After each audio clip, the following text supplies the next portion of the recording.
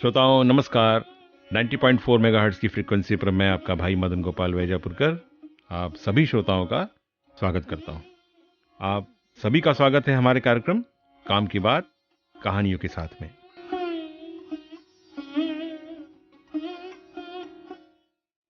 प्रिय विद्यार्थियों, आज की कहानी का शीर्षक है स्वमूल्यांकन।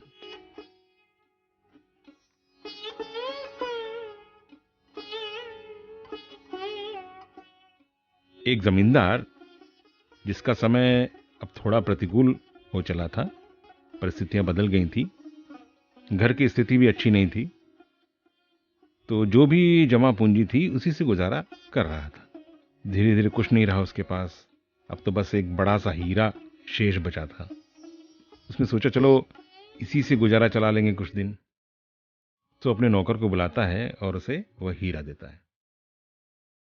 कहता है ले जाओ इसे बाजार में और इसको बेचना है, लेकिन इसका जो मूल्य लगेगा वह आकर पहले तुम्हें मुझे बताना होगा। नौकर उस हीरो को लेकर निकलता है बाजार में और एक कबाड़ वाले के पास जाता है। कबाड़ वाले को दिखाता है, कहता है इसे मुझे बेचना है, क्या तुम खरीदोगे? कबाड़ वाला कहता है हाँ हाँ खरीदूंगा। पूछता है कितना दोगे इसका? तो कबाड़ वाला कहता है 20 रुपए दे सकता हूं। तो वो कहता है थोड़ा और बढ़ो। कबाड़ वाला कहता है नहीं, बाजार भाव से अधिक ही कह चुका हूं, 20 रुपए से एक पैसा अधिक नहीं दे सकता। तुम्हारी मर्जी हो, तुम चाहे बेचो चाहे ले जाओ। नौकर को दाम बताना था अपने मालिक से। वो हीरा लेकर लौटता है, अपने मालिक से कहता है मैं एक कबाड़ वाले के पास गया था और उसे जब मैंने हीरा दिखाया तब उसने 20 रुपए देने को कहा है। मैंने कहा कुछ और बढ़ो, तो कहता है कि नहीं, बाजार भाव से पहले ही अधिक कह दिया है, अब इससे अधिक एक पैसा भी नहीं दे सकता। जमींदार कहते हैं ठीक है, किसी और के पास ले जाओ। अब वो नौकर एक सब्जी वाले की दुकान पर पहुंचता है, उसे दिखाता है, कहता है कि क्या तुम इसे खरीदोगे? वो देखता है, सोचता है बच्चों के खेलने का काम आएगा, ले ही लेता हूं। वो पूछता है आखिर इसका कितना दाम दोगे? सब्जी वाला कहता है इसके बदले में तुम्हें 9 किलोग्राम दूंगा। क्या? जो भी मेरे पास सब्जी है, मूली दे दूंगा या गाजर दे दूंगा इसके बदले में।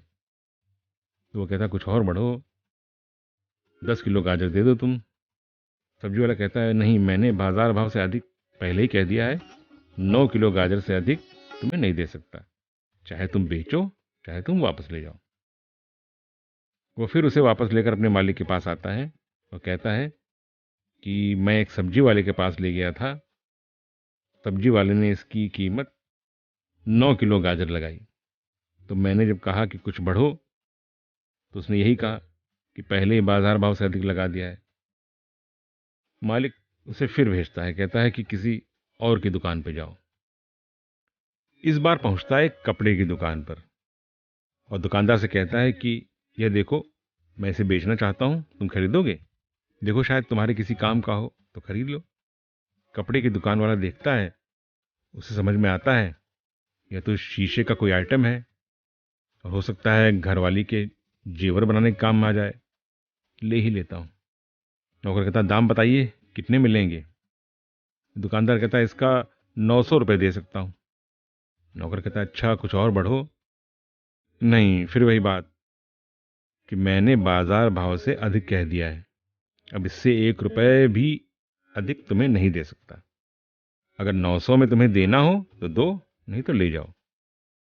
नौकर को चाहिए भी क्या था, उसे तो उसका दाम पता करना था।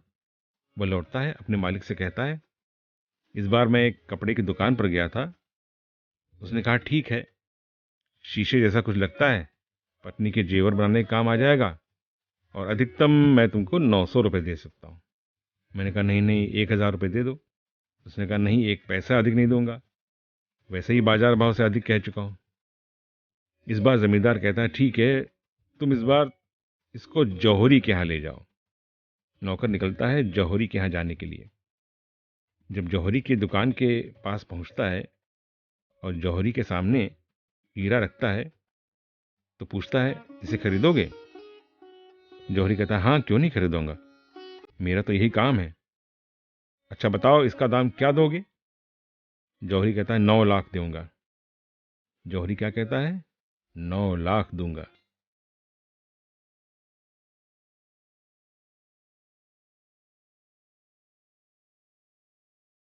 प्रिय विद्यार्थियों, सोच सकते हैं आप, जिस चीज का मूल्यांकन अभी थोड़ी देर पहले 20 रुपए में हुआ था, अब उसका मूल्यांकन 9 लाख रुपए में हो रहा है। क्या बदला है? बता सकते हैं आप? इस थोड़ी सी देर में क्या बदला? नहीं बता सकते? दुकानदार बदल गया ना, परिस्थितियां बदल गईं। पहले वह हीरा कबाड़ वाले के पास गया, तो कबाड़ वाले ने कितना बताया? मैक्सिमम 20 रुपए। वह अपनी हैसियत से उसका मूल्यांकन करता है। बीच की प्रक्रिया में आपने देखा ही होगा, और जब जौहरी के पास जाता है तो जौहरी उसका मूल्य समझता है और उसका मूल्य लगाता है 9 लाख रुपए। तो यही तो मैं आपसे कहना चाहता हूं, आपको अपना मूल्य पता नहीं है कि आपका मूल्य कितना है। 9 लाख है? कोई बिकेगा 9 लाख रुपए में? अभी 9 लाख का मूल्य लग जाए तो कहेंगे नहीं, 9 करोड़ चाहिए। 9 लाख में क्या बिकेंगे? आप अमूल्य हैं, आपका कोई मूल्य नहीं है। लेकिन इसके दो अर्थ हैं। मैंने कहा कि आप अमूल्य हैं, आपका कोई मूल्य नहीं है, और फिर मैं कहता हूं कि आपका कोई मूल्य ही नहीं है। एक मूल्य आपका 0 है, कोई पूछने वाला नहीं है, और दूसरा वह मूल्य है जिसकी कोई कीमत ही नहीं लगा सकता। लेकिन आपको पता नहीं है कि आपका मूल्य कितना है। हाँ, उसे पता है कि वह किस मूल्य में बिकेगा, जो अपना मूल्यांकन स्वयं करता है। आपने अपना कभी मूल्यांकन किया है? नहीं किया, करेंगे भी नहीं, जरूरत ही नहीं। जमींदार के बुरे दिन आ गए थे, इसलिए उस हीरे का मूल्यांकन हुआ। उसके अच्छे दिन होते तो उसका मूल्यांकन होता क्या? आपके तो अच्छे दिन हैं, आपको मूल्यांकन की क्या जरूरत है? जब बुरे दिन आते हैं तब न मूल्यांकन होता है। अगर इस सिद्धांत को आप लेकर चलेंगे तो वहीं के वहीं रह जाएंगे। मैं बार बार आपसे यही कहता हूं, आप अपना मूल्य समझें, और जब आप अपना मूल्य समझेंगे तभी तो कोई आपका मूल्यांकन कर सकेगा। मूल्य समझने के लिए आपको पता है कि आप अमूल्य हैं, लेकिन आप अपना मूल्यांकन कैसे करवाएंगे? परिस्थितियां तो आपके साथ बनती हैं, परिस्थितियां क्रिएट होती हैं, लेकिन उस समय आपका मूल्यांकन होता है आपको खुद ही पता है। आपके हाथ में जो रिजल्ट कार्ड होगा, आपका वह भी तो एक मूल्यांकन है। आपने देखा होगा आपका दाम कितना लगा। अधिकतर लोगों का दाम लगता है 20 रुपए। विरले ही कोई जिसका दाम लगता है 9 लाख रुपए। देखिए कितनी सामान्य सी बात है। आप अपना मूल्य आप अपना मूल्य लगवाए फिर रहे हैं कि आपका मूल्य 20 रुपए है।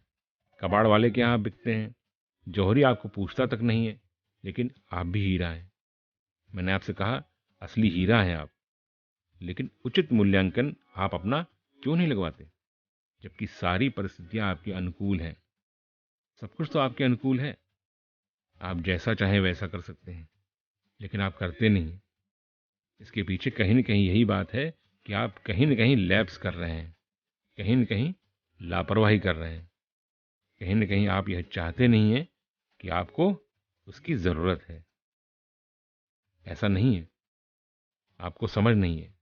यही वह समय है जब आप अपना सही मूल्यांकन करवा सकते हैं, क्योंकि विधाता ने आपको इसलिए नहीं बनाया कि आपका मूल्य 20 रुपए लगे। उसने भी यही मानकर बनाया है कि आपको असली हीरा बना रहा है। आप 9 लाख से भी अधिक में बिकें। जिन परिस्थितियों में आप जकड़े हुए हैं, यहां से इतर हटकर जो आप सोचते हैं, जो आपको बताया जाता है, उससे अलग की चीज़ों में आप खोए रहते हैं। तब आपका अवमूल्यन होता है। जो चीज़ें आपसे कही जाती हैं, जो बातें आपको समझाई जाती हैं, जो रास्ता आपको दिखाया जाता है, अगर उस पर आप ईमानदारी से चलें, लगे रहें और डटे रहें, तो निश्चित ही एक दिन आपका वह मूल्यांकन होगा जो आपका वास्तविक मूल्य है। और अगर आप ऐसा नहीं करेंगे तो आपका वास्तविक मूल्यांकन नहीं हो पाएगा। तो आप अपना वास्तविक मूल्यांकन करवाएंगे, आप अपना वही मूल्य लगवाएंगे जो आपका अपना वास्तविक मूल्य है। इसके लिए आप लगे रहिए, का आप ध्यान रखिए। इस दिशा में आप कोशिश करेंगे, प्रयास करेंगे, आप अपने लक्ष्य तक पहुंचेंगे। तो मेरे प्रिय भाइयों बहनों, कैसी लगी आज आपको कहानी? आपको निश्चित रूप से कुछ न कुछ जरूर सीखने को मिला होगा। तो आप अपने भाई मदन गोपाल वैजापुरकर को आज्ञा दीजिए। तो सुनते रहिए 90.4 IIT Kanpur community radio station. नमस्कार।